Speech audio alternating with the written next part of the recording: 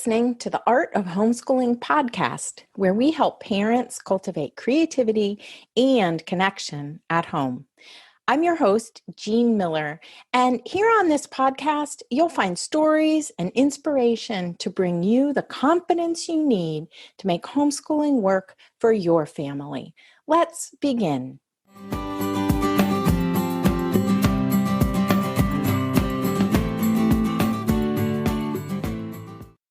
Hello there, and welcome to the Art of Homeschooling podcast.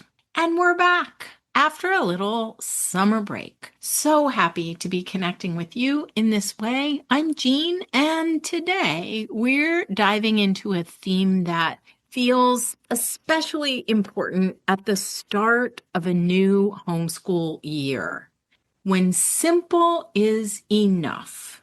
In fact, it's exactly what's needed. If you've ever felt overwhelmed by all the things you could be doing in your homeschool, you are not alone. This time of year, it's easy to think that we need to launch into every activity, every lively art, every beautiful idea we've ever had or ever pinned on Pinterest all at once. All on the same day, right? Day one, we're going to do it all. But here's the truth. The best way to begin is often with a simple version of the plan. And the most important tip, start with your own self-care. By the way, as we dive into this simplicity topic, I want to remind you that you can find the show notes for this episode at artofhomeschooling.com/episode 235. All right, the most important tip, start with your own self-care. That's right, self-care comes first. I know, self-care can sound like just another thing to add to your list of to-dos, but here's the thing, homeschooling is a journey, right? It's a long game, and we need fuel to sustain us. When we tend to our own well-being, we can show up calmer, clearer, and more present for our children, and that changes everything. Last week, on our Inspired at Home deep dive call, we talked about the idea of layering in whenever you're starting a new homeschooling year or getting back to lessons after any kind of break. I suggested to the community members on the call that they list 5 activities to think about layering in over the next few weeks. But then I said, and I want all of you to write self-care in the number 1 spot. Self-care doesn't have to be complicated. I like to create an acronym for myself so that I can remember to start my day by filling myself up first. This little series of self-care activities, it might be just a couple of things. Some years it's been longer, but it changes for me throughout the seasons and the years. And right now, my acronym is MEW, which stands for me, exercise, and water. Those are the 3 things I'm focusing on for myself right now, things I want to do at the beginning of each day or plan for that day.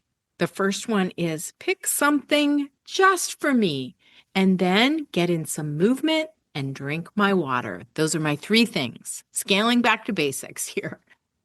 As is often the case on these coaching calls, that conversation last week has really helped me as well. I always leave these calls feeling re-energized and capable right along with the homeschooling parents who are on the call with me.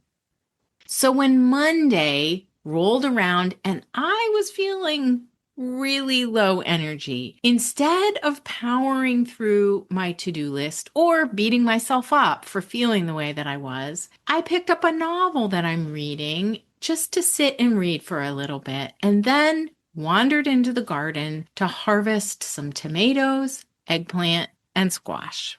It didn't look productive, quote unquote, on paper, but afterward, I felt lighter and more capable of handling everything else that was waiting for me. That's the power of giving yourself permission to pause and the power of self-care, of taking care of yourself first.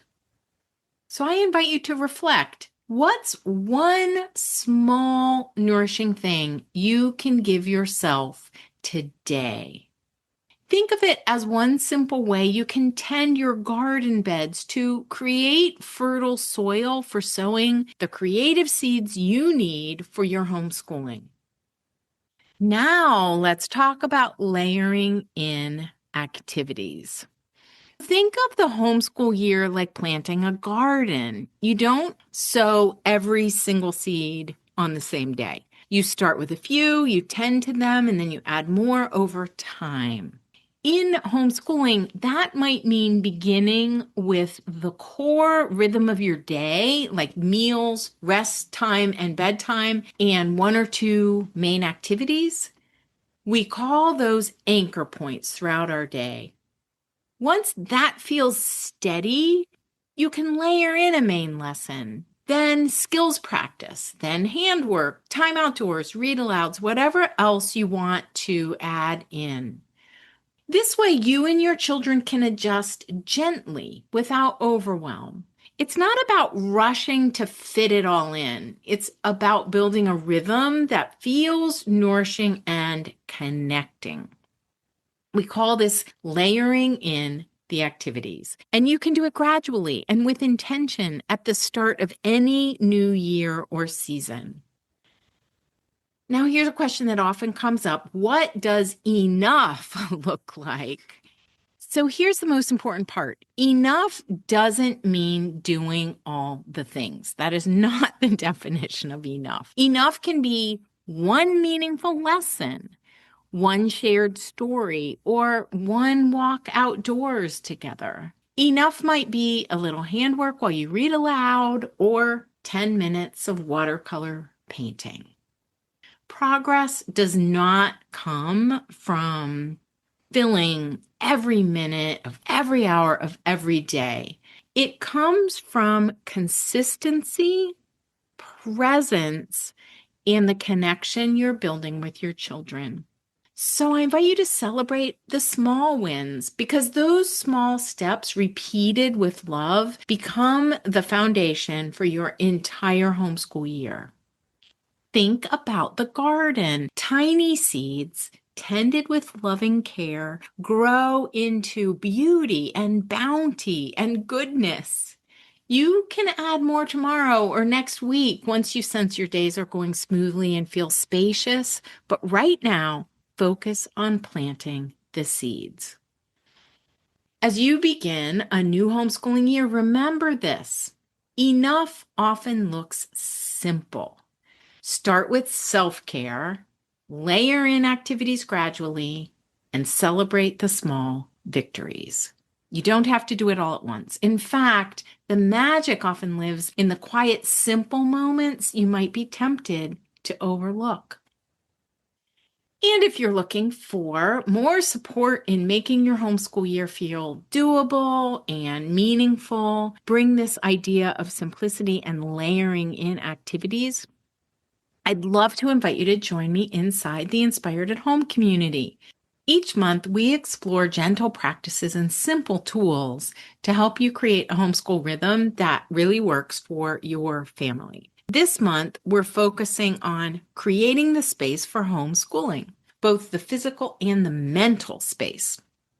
And in the month of September, we'll be reading and discussing the book Simplicity Parenting by Kim John Payne, which is the perfect way to begin the year with fresh clarity and inspiration. You can find all the details at artofhomeschooling.com/inspired-at-home. Thanks so much for joining me today. Remember, your homeschooling doesn't have to be complicated to be enough. Keep it simple, take it one step at a time, and most of all, take care of yourself along the way. Until next time, take good care and happy homeschooling. That's all for today, my friend. But here's what I want you to remember. Rather than perfection, let's focus on connection. Thanks so much for listening, and I'll see you on the next episode of the Art of Homeschooling podcast.